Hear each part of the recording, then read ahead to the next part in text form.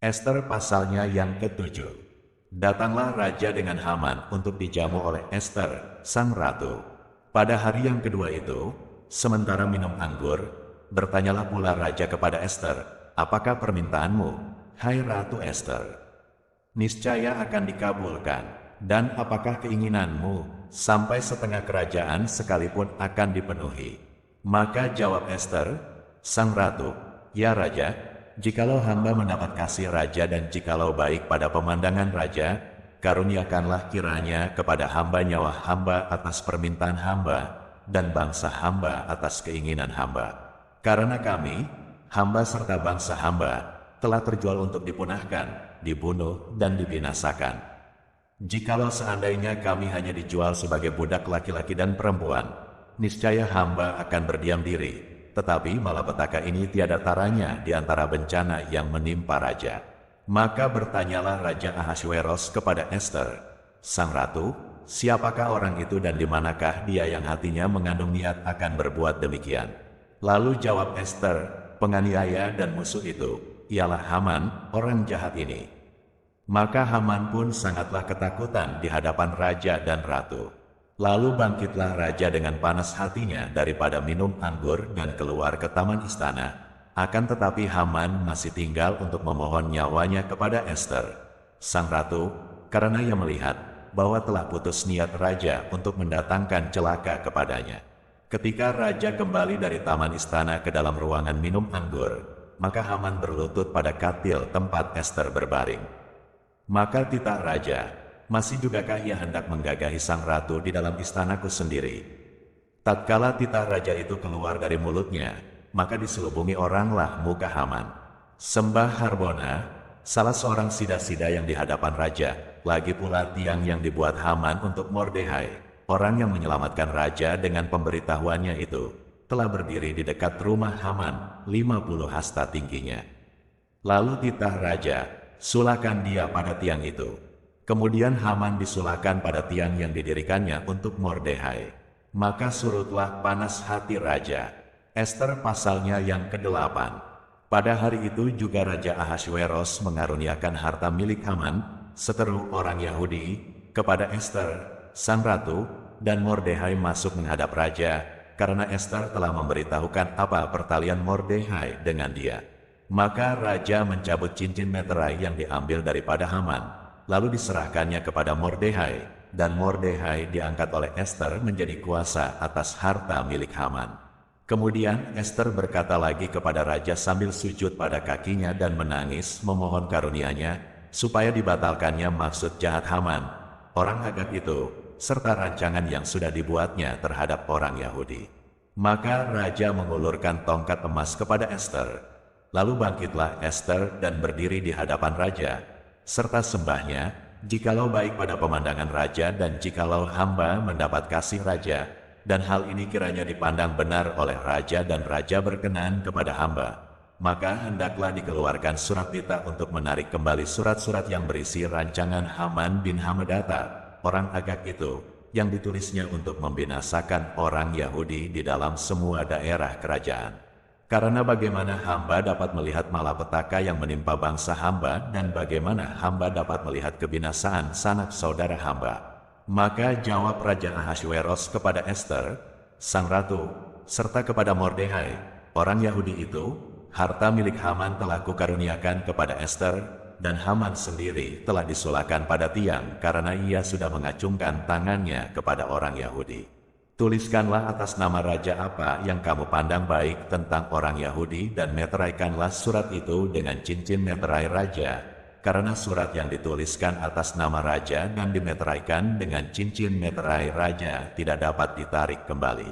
Pada waktu itu juga dipanggillah para panitera raja, dalam bulan yang ketiga yakni bulan Siwan pada tanggal 23, dan sesuai dengan segala yang diperintahkan Mordehai ditulislah surat kepada orang Yahudi, dan kepada para wakil pemerintah, para bupati dan para pembesar daerah, dari India sampai ke Ethiopia, 127 daerah, kepada tiap-tiap daerah menurut tulisannya dan kepada tiap-tiap bangsa menurut bahasanya, dan juga kepada orang Yahudi menurut tulisan dan bahasanya.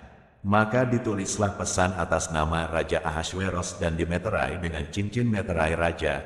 Lalu dengan perantaraan pesuruh-pesuruh cepat yang berkuda, yang mengendarai kuda kerajaan yang tangkas yang diternakan di pekudaan, dikirimkanlah surat-surat yang isinya, Raja mengizinkan orang Yahudi di tiap-tiap kota untuk berkumpul dan mempertahankan nyawanya serta memunahkan, membunuh atau membinasakan segala tentara, bahkan anak-anak dan perempuan-perempuan, dari bangsa dan daerah yang hendak menyerang mereka, dan untuk merampas harta miliknya.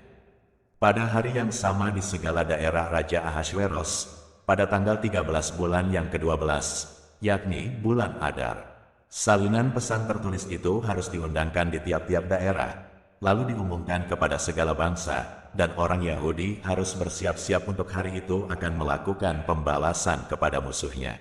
Maka dengan terburu-buru dan tergesa-gesa berangkatlah pesuruh-pesuruh cepat yang mengendarai kuda kerajaan yang tangkas itu, atas titah raja, dan undang-undang itu dikeluarkan di dalam benteng Susan.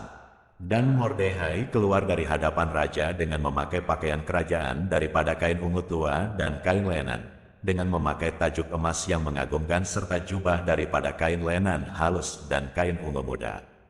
Maka kota Susan pun bertempik soraklah dan bersukaria.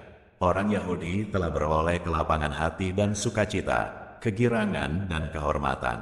Demikian juga di tiap-tiap daerah dan di tiap-tiap kota, di tempat manapun titah dan undang-undang raja telah sampai, ada sukacita dan kegirangan di antara orang Yahudi, dan perjamuan serta hari gembira, dan lagi banyak dari antara rakyat negeri itu masuk Yahudi, karena mereka ditimpa ketakutan kepada orang Yahudi. Ester pasalnya yang ke-9. Dalam bulan yang ke-12 yakni bulan Adar, pada hari yang ke-13, ketika titah serta undang-undang raja akan dilaksanakan, pada hari musuh-musuh orang Yahudi berharap mengalahkan orang Yahudi, terjadilah yang sebaliknya, orang Yahudi mengalahkan pembenci-pembenci mereka. Maka berkumpullah orang Yahudi di dalam kota-kotanya di seluruh daerah Raja Ahasveros, untuk membunuh orang-orang yang berikhtiar mencelakakan mereka, dan tiada seorang pun tahan menghadapi mereka, karena ketakutan kepada orang Yahudi telah menimpa segala bangsa itu. Dan semua pembesar daerah dan wakil pemerintahan dan bupati serta pejabat kerajaan menyokong orang Yahudi, karena ketakutan kepada Mordehai telah menimpa mereka. Sebab Mordehai besar kekuasaannya di dalam istana raja dan tersiarlah berita tentang dia ke segenap daerah, karena Mordehai itu bertambah-tambah besar kekuasaannya. Maka orang Yahudi mengalahkan semua musuhnya, mereka memukulnya dengan pedang, membunuh dan membinasakannya, mereka berbuat sekehendak hatinya terhadap pembenci-pembenci mereka. Di dalam benteng Susan saja orang Yahudi membunuh dan membinasakan 500 orang. Juga Parsandata, Dalfon, Aspata, Porata, Adalia, Aridata, Parmasta, Arisai, Aridai dan Waizata, ke-10 anak laki-laki Haman bin Hamedata, seteru orang Yahudi, dibunuh oleh mereka, tetapi kepada barang rampasan tidaklah mereka mengulurkan tangan. Pada hari itu juga jumlah orang-orang yang terbunuh di dalam benteng Susan disampaikan ke hadapan raja. Lalu titah raja kepada Ester, sang ratu, di dalam benteng Susan saja orang Yahudi telah membunuh dan membinasakan 500 orang beserta ke-10 anak Haman. Di daerah-daerah kerajaan yang lain, entahlah apa yang diperbuat mereka, dan apakah permintaanmu sekarang, niscaya akan dikabulkan, dan apakah keinginanmu lagi, niscaya dipenuhi. Lalu jawab Ester, jikalau baik pada pemandangan raja, diizinkanlah kiranya kepada orang Yahudi yang di Susan untuk berbuat besok pun sesuai dengan undang-undang untuk hari ini, dan ke-10 anak Haman itu hendaklah disulakan pada tiang. Raja pun menitahkan berbuat demikian, maka undang-undang itu dikeluarkan di Susan dan ke-10 anak Haman disulakan orang.